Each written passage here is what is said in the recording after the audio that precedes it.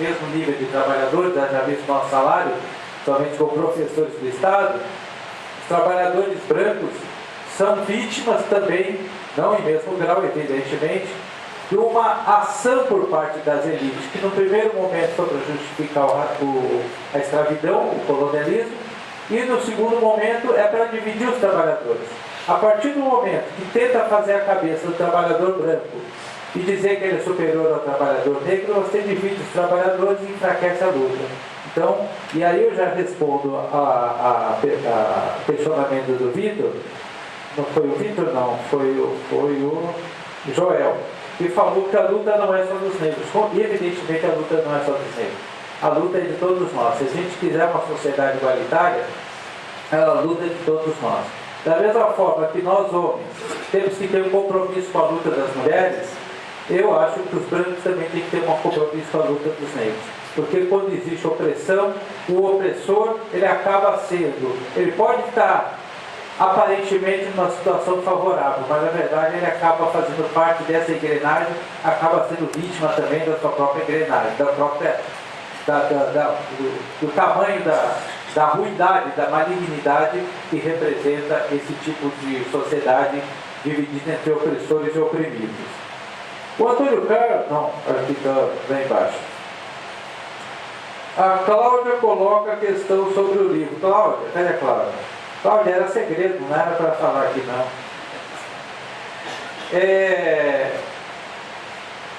Eu estou fazendo parte de uma equipe que foi contratada por uma editora para estar produzindo um livro didático, uma coleção que chama África, a África está em nós, Africanidades em São Paulo, no caso, isso aí já foi publicado em outros estados, mas nós estamos elaborando esse livro, então é um livro didático, e aí talvez eu responda um pouco, não tudo, a indagação da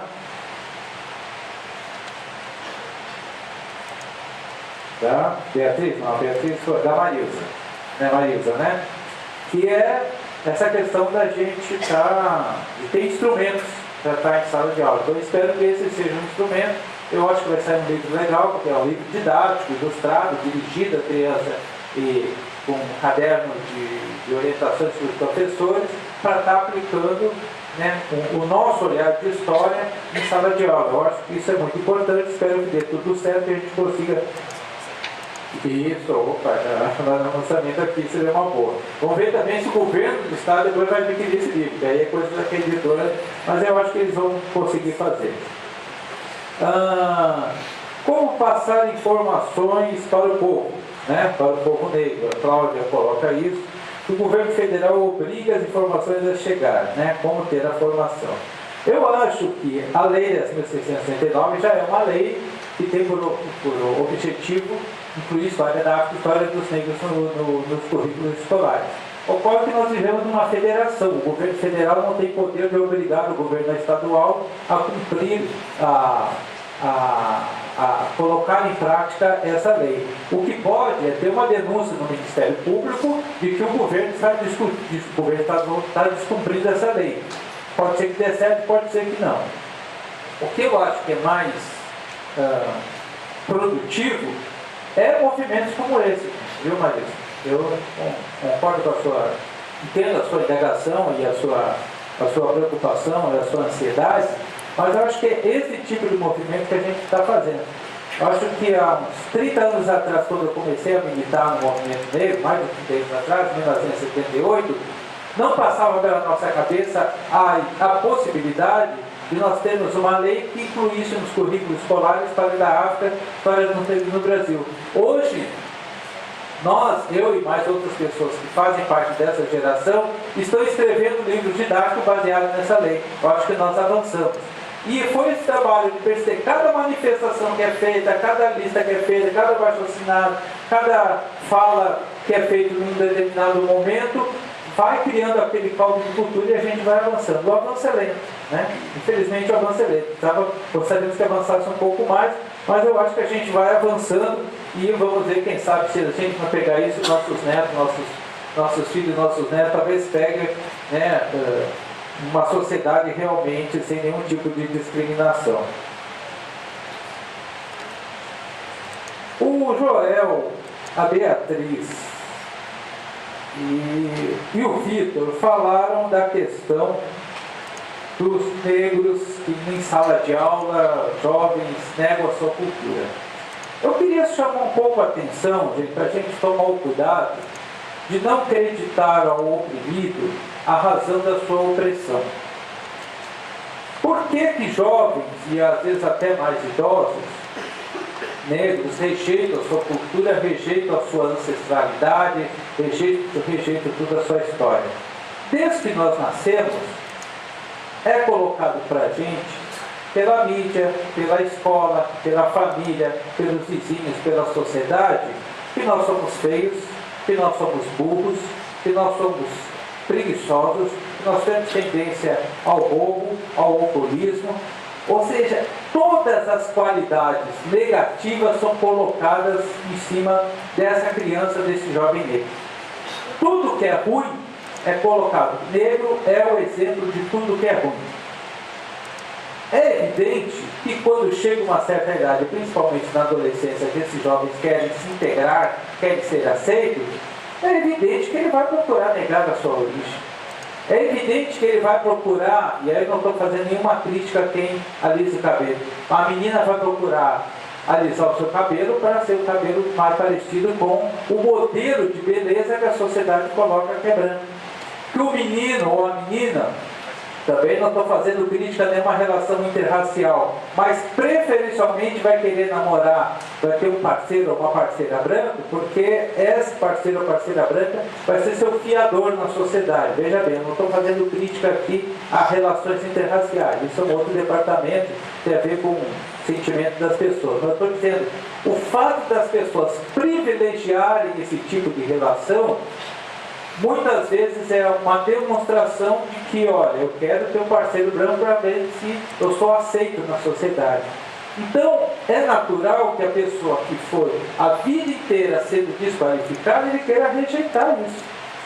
Nosso papel de educador é difícil, de educadores conscientes, educadores negros ou brancos conscientes, é difícil, porque a gente está disputando uma cultura que vem sendo impregnada há séculos e que hoje é maximizada pela mídia, que está aí, quais são os modelos de beleza na mídia, quais são os modelos. As minhas filhas, eu tenho duas filhas que têm por volta de 30 anos, elas se criaram assistindo quem? Xuxa, Angélica, são esses os modelos de beleza delas, né? Esse é o modelo de mulher, de moça, de bonita. Não tinha uma apresentadora negra para elas terem como referência.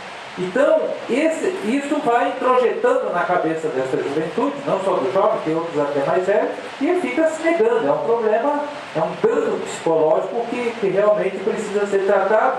E eu acho que nós, educadores, temos que ter uma sensibilidade muito grande para perceber isso e ver como trata. E aí também, respondendo a Marilza, eu acho que nós temos como identificar, acho que a gente tem como identificar no comportamento, nas relações, como se manifesta culturalmente nos nossos alunos, na juventude, algumas resistências, algumas resiliências dessa cultura ancestral que às vezes está manifestada e que a gente precisa identificar e potencializar ela e fazer que ela aflore de maneira positiva. Às vezes tem um aluninho lá que não gosta, que fale que ele é negro, que ele não quer saber de nenhuma referência negra, mas ele tem lá uma avó dele que é macumbeira, e que ele adora aquela avó, ele tem aquela resistência. Ele tem o tio dele que foi capoeirista. Então eu acho que resgatar essas heranças que vêm muitas vezes das famílias e retrabalhar de forma positiva dentro da escola, eu acredito que é um caminho, não é o coelhinho da cartola, né? Mas eu acredito que é um caminho que a gente pode estar trilhando. Para concluindo, o Adão, antes o Antônio Carlos fala da questão do nosso poder, com certeza, eu acho que nós temos isso e vai depender da nossa união, da nossa capacidade de nos organizar e continuar lutando, e entendendo que essas comunidades de judeus e japoneses são comunidades muito pequenas, que foram muito valorizadas, que têm muito dinheiro e por isso conseguem muitas coisas que nós não conseguimos, né? E que são, hoje, vai você e um japonês e um loiro procurar emprego num banco, para ver quem é que eles dão emprego. Né? Isso aí é evidente. Então a sociedade vai você, um japonês, um loiro, andar 2 horas da manhã na rua para ver quem que a polícia vai parar para dar uma geral. Então a sociedade, evidentemente, ela nos trata de forma diferente. Mas eu acho que nós temos muita força e conseguimos vencer sim. E aí o Adão coloca uma coisa que é uma tragédia que está acontecendo hoje nas periferias do Brasil, que é esse massacre da juventude negra. É uma coisa pavorosa o que está acontecendo, é uma coisa indescritível o que as polícias estão fazendo com a juventude negra. A polícia, hoje, se fala assim que talvez nem tenha muito mais negros na cadeia, jovens negros na cadeia, porque a maioria não chega nem lá, já morre antes. Então, uma coisa assim, e a gente vê esse exemplo que foi denunciado, largamente denunciado, que aconteceu em Campinas, da orientação para abordar jovens negros, isso aí está em toda a polícia, está em tudo quanto é lugar. E não é que desconfie que esse jovem negro seja bandido, é que tem uma ideia de que esse jovem negro, em determinado momento, ele não está ocupando o espaço que ele deveria ocupar.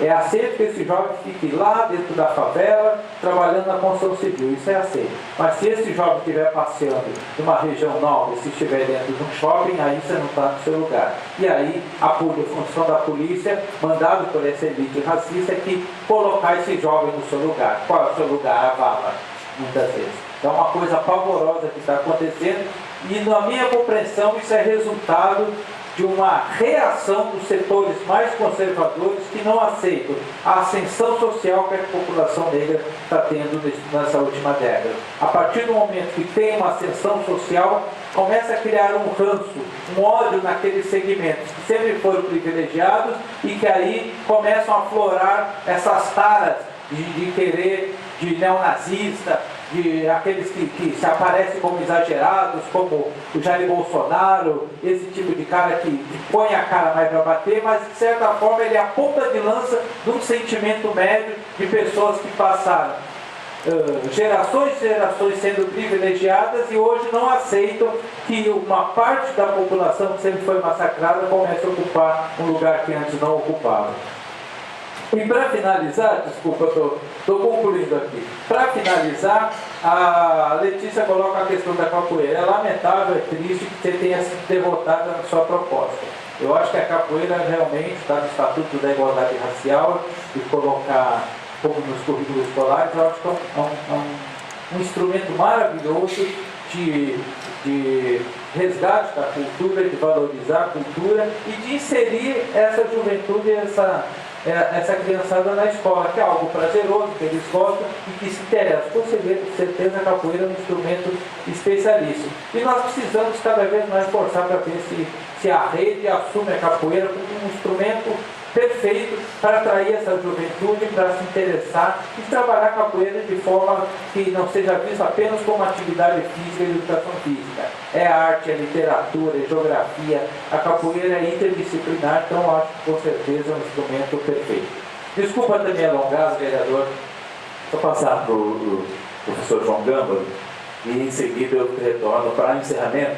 E eu só queria que todos ficassem aqui, que nas atividades que nós fizemos aqui, no lançamento do Estatuto da Igualdade Racial, no final do evento, nós vimos todos para frente para fazermos, de fato, a foto do evento como um convite para próximas atividades que nós faremos. Então, nós encerramos o evento com todos aqui na frente, junto com o professor, para que a gente faça, como fizemos no lançamento do Estatuto da Igualdade Racial, registrando a presença de todos os nossos aqui. Professor João Gamba.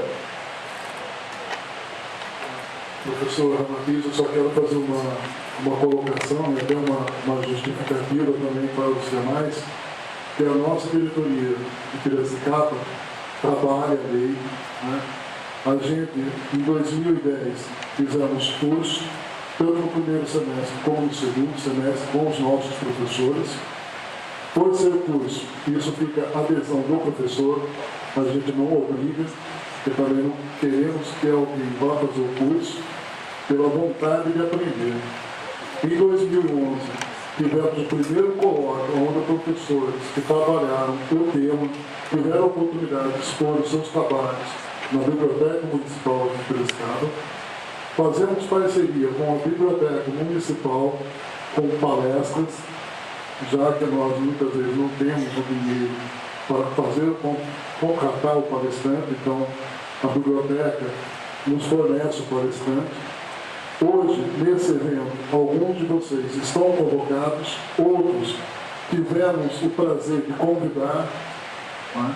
Porque eu fico preocupado, professor, se não dá a impressão que nós também, enquanto instituição, não fazemos nada.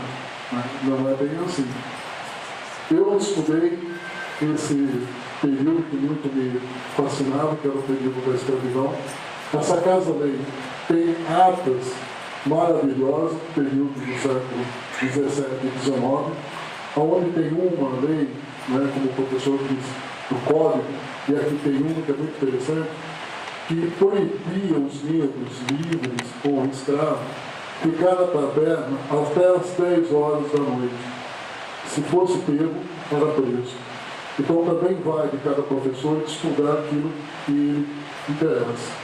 Estudei Sidney Chalub, que vai estudar os processos negros do Rio de Janeiro, né? Li um pouco, não estudei todo o código de 1885, a preocupação que eles tinham com os malês.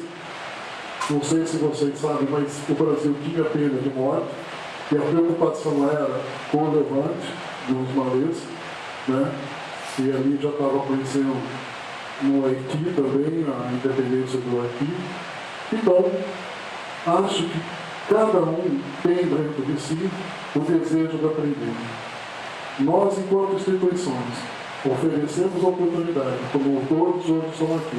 E aqui tem representantes de várias entidades, onde vocês podem tocar em rede, conversar, talvez levá-los até as suas escolas, para também palestrar com esses alunos que aqui foram apresentados, que ainda têm algumas dificuldades de compreender.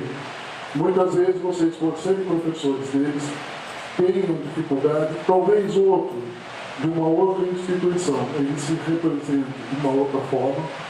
Então esse espaço é um espaço maravilhoso, professor. Então eu queria deixar essa observação. Então, muito obrigado. Eu queria registrar aqui o agradecimento. O que eu vou fazer, né? Como a parte de idealização das discussões, às vezes, elas inibem um pouco as pessoas, eu estou colocando o Sindicato dos Bancários, através da Maria e do Ismael, como instrumento dessa continuidade do diálogo com o professor Ramatiz, com o coletivo de combate ao racismo da CUT, que a gente fez parceria para que esse assunto pudesse avançar mais, mas nós não queremos ter a hegemonia da informação e da ação partidária. Então, está colocado o Sindicato dos Bancários, nós estamos ali na Rua 15, né, entre Alferes e Rosário, ligou para a Maria ou para o Ismael, né? Nós temos o nosso vice-presidente, o Marcelo Abraão, que hoje está na reunião do coletivo da Banco Itaú, que é o banco que tem 14 mil funcionários, eles fazem 2 agências aqui em Piracicaba ontem, então ele não está aqui, mas é o diretor que junto com a Maria e com o Ismael caminha com essa ação e é o diretor regional da CUT aqui, designado para esse assunto. Então, além do mandato, né, fiquem à vontade para fazer esse contato com os dois e ampliando o que eu estou aqui querendo dividir com o Conepir, né, os nossos desafios futuros. Nós não fazemos ação no mandato, Ramatiz, que a gente não assuma tarefas, né? Fizemos isso com a Semana da Mulher, da instrumentalização da Delegacia da Mulher, de políticas de proteção à saúde e contra a violência à mulher, e aprovamos em primeiro lugar do país que aprovou uma moção contra o Feliciano, foi aqui, né? Propositura do CASV na oportunidade, e nós aprovamos aqui. E à noite tinha uma reunião ordinária da Câmara, foi para a reunião ordinária da Câmara, com o voto contrário de 3 pastores, sendo um do PSC, mas nós aprovamos a moção contra o Feliciano, porque naquele momento era o clamor. Essa cidade está muito pulsando a necessidade, clamando por necessidade de mudanças de comportamento. Nós temos um movimento aqui, né, 2 movimentos recentes.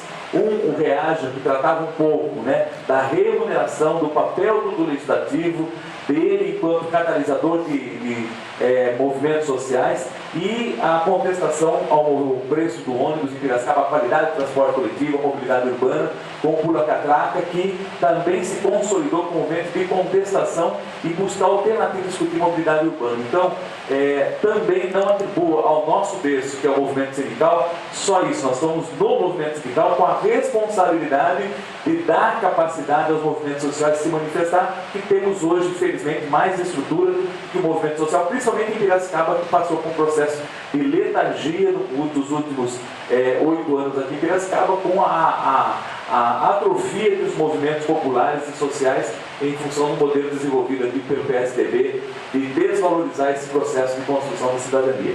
Então eu quero aqui colocar muito claro essa disposição, agradecer a todos, o orgulho de que nós colocamos 108 pessoas nessa noite aqui para debatermos esse assunto. E não apenas debatendo, eu vou trabalhar um requerimento na questão do cumprimento da lei federal e propor que o governo federal, a única forma de fazer com que o cumprimento da lei seja eficaz é o seguinte: não repassa recursos se não tiver cumprido a lei.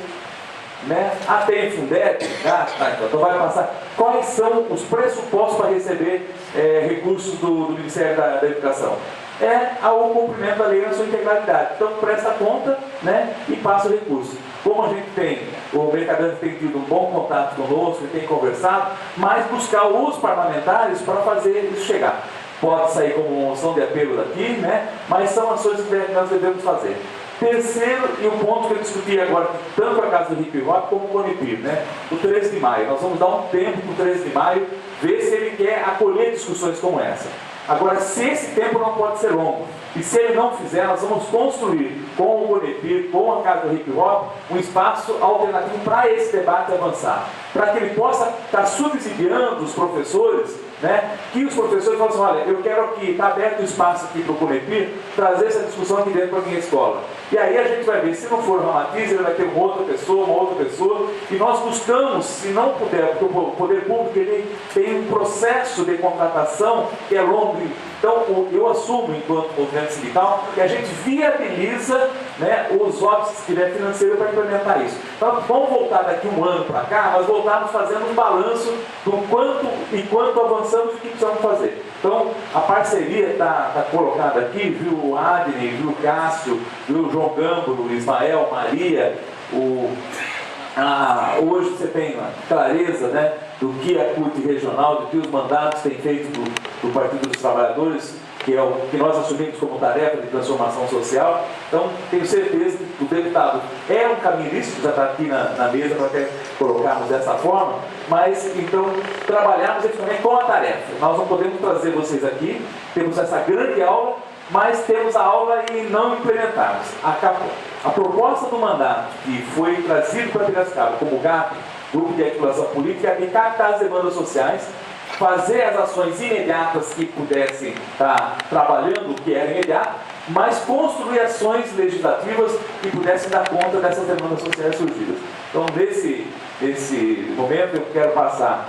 O Conepir quer fazer aqui uma homenagem a 2 dos nossos atores desse processo dessa noite, então eu passo o presidente do Conselho para que possa fazer essa homenagem. E nós passamos 5 minutos, mas mais 5 minutinhos é importante não perder a oportunidade de nós estarmos nos relacionando e falando as coisas do jeito que foram ditas aqui hoje. Quero agradecer ao Pai, vai ver que a gente sai daqui com lição de casa, Pai. Sai daqui com lição de casa e tem até um projeto para passar para você, O dia da lembrança da verdadeira história do negro. A gente tentar trabalhar isso, como tem o conhecimento legislativo, e a gente possa, de repente, ver com uma proposta de lei e trazer para essa casa uma discussão uma vez por ano e que possamos levar para a escola, temos palestrantes dentro do Conepir e fazer da 10.639 a gente já começar a colocar em prática, que temos capacidade para isso. Então, eu deixo como desafio aqui para trabalho nosso. Quero agradecer aqui, por favor, vamos começar aqui se me permite, pelo Ismael, pela organização. Então, por favor, Ismael, me receba aqui da mão do Cássio, por gentileza aqui, conselheiro.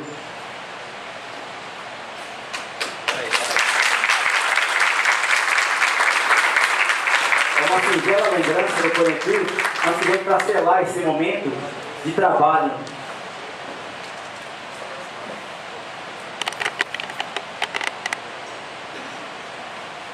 E eu quero entregar pessoalmente a Maria Araújo.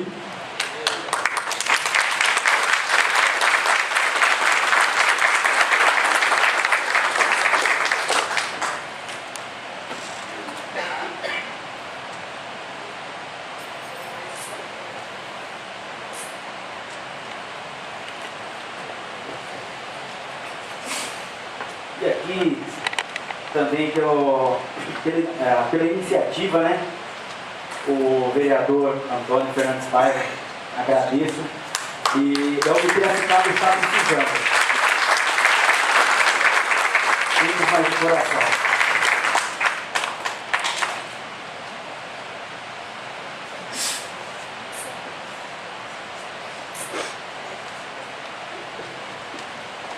E pela palestra, quero junto entregar com o Cássio aqui para o professor Ramatiz, que leve uma lembrança aqui sincera de Piracicaba, do Conselho.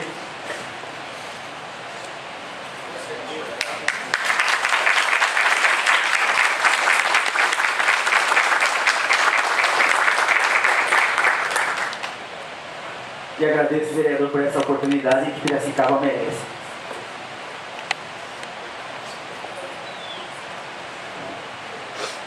Daqui a pouco as fotos estão no nosso site dos sindicatos bancários, www.bancariosdepiracicaba.com.br, e no Facebook também. Daqui a pouco o Ramatiz pediu, mas não vai sair hoje o seu CD, mas até a semana que vem vai estar. Eu quero, no agradecimento a todos pela presença, mas devolver ao amigo, irmão que passa hoje por essa casa aqui, passa por Piracicaba e faz com que a gente marque essa semana e encerre o mês de maio de uma forma muito, eu acho, promissora do ponto de vista do que a gente tem que caminhar. Eu estou comentando aqui, estou com 54 anos e hoje fiquei preocupado porque eu vi muita coisa que eu não sabia ainda aqui. E isso nos remete a novas tarefas, né? Então nós estamos apenas com 5 meses de mandato, então esse resto, pelo menos, do mandato, né, ele tem que estar focado nessas cobranças que eu tenho recebido dos meus companheiros, né? E se o mandato não estiver para servir, ele não serviu para chegar aqui. Então tem que ser agente de transformação. Eu quero mais uma vez, né, agradecer, desejar que você que vem do seio sindical, que representa hoje as centrais sindicais do Brasil, né, no Instituto, que representa o movimento sindical da América, nesse trabalho que resolveu apenas deixar de sair, de carregar a bandeira, de carregar a faixa do movimento, ir para a academia para voltar e trocar ideia com a gente, porque é real história. Eu acho que eu saio aqui muito orgulhoso de que nunca teve dúvida sobre as cotas.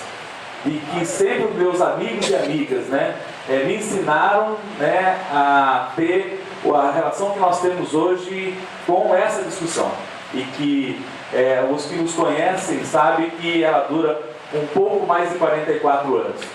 E isso é muito legal, que tem pessoas aqui que, desde que nasceram, estão vivendo esse problema. Eu quero dizer que esses dias, uma amiga minha e sua confidenciou, né, Paulão, que no quintal da casa dela já tem não apenas negros, mas tem japoneses, tem gente de olho azul, e está no quintal da casa dela. Ela sonhava um dia isso, né, que as pessoas pudessem valorizar e passar a entender a importância dessa convivência. E isso é construído.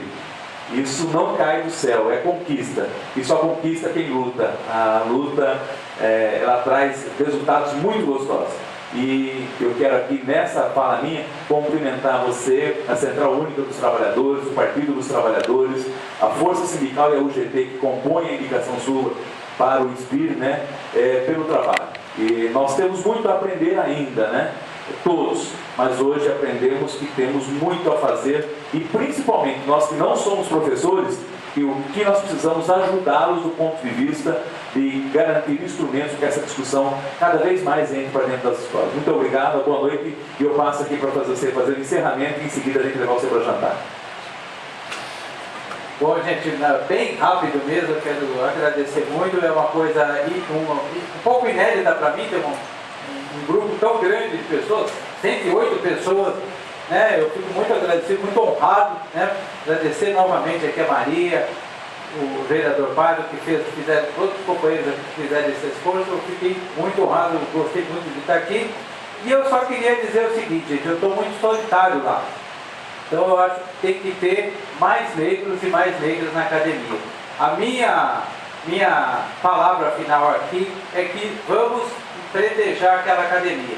Tá? Tem que ter mais negros, professores e professoras que estão aqui, pessoas de outros setores. Vamos estudar, vamos elaborar, vamos disputar o pensamento, disputar a formação ideológica do nosso país, para que a gente tenha uma visão plural do país, uma ideologia, uma cultura que abarque todos aqueles que compõem essa nação. Muito obrigado mesmo, espero voltar aqui de mais breve possível. Um grande abraço, um grande axé para todos. Obrigado. Todos que quiserem, né, estão convidados a fazer uma foto do evento. O Ramatiz vai descer aqui na frente para ficar com vocês, para a gente fazer a foto final do evento. Não precisa ficar com vergonha não, tá? A Maria já está te pegando no pé, não, mas é melhor ele ficar aqui. Se o Paulão ficar lá na frente dele, ninguém vai enxergar. Pode vir para cá, gente. Vem cá, companheirada. A gente faz. Vamos mandar.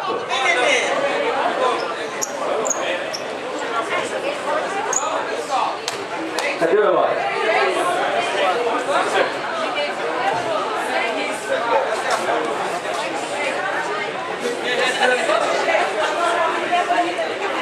Vem, mama, vem.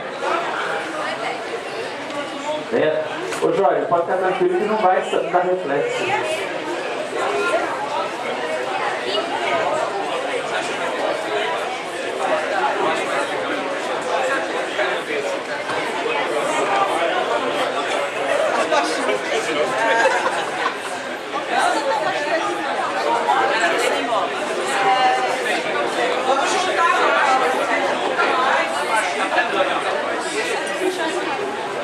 Pessoal, vamos juntar um pouco mais uma fileira da gente.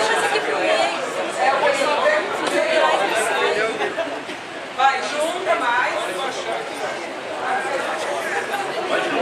Vai nisso, o pessoal que nos cantos, vem um pouquinho pra frente, da foto fica mais bonita. É que foi Isso, vai, vem cá. Vamos fazer mais uma fileira aqui, ó. Pessoal. Vai.